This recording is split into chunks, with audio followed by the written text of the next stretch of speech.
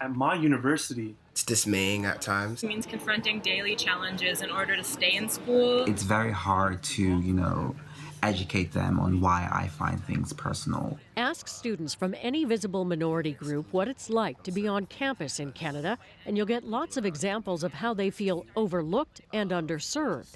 Universities routinely advertise themselves as diverse, but in fact, most schools can't tell you if they really are. CBC News surveyed nearly 80 Canadian universities and found most don't know much about the racial makeup of their student population. Simply put, most schools don't ask. The reasons why not include concerns that asking could be associated with discrimination or even considered illegal.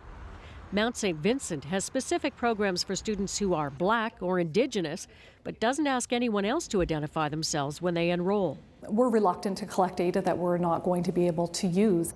Some schools rely on a voluntary survey of students' race done by an outside organization to get a picture of who's attending their school, but it provides a snapshot at best.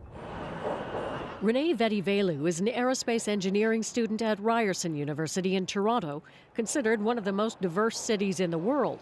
But she says without knowing the makeup of their student population, the university can't be sure that's reflected in its faculty. Coming from diverse backgrounds, it can be like a whole new learning experience in itself when the faculty is different.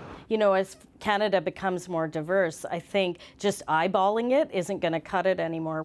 Ontario's Chief Human Rights Commissioner says schools need to start collecting race-based data, and she believes the days when people were reluctant to share it are over. Identity is a huge part of, social media, of the way they engage online, and I think that a lot of students don't see it as an invasion of their privacy in a way maybe that people of an older generation might.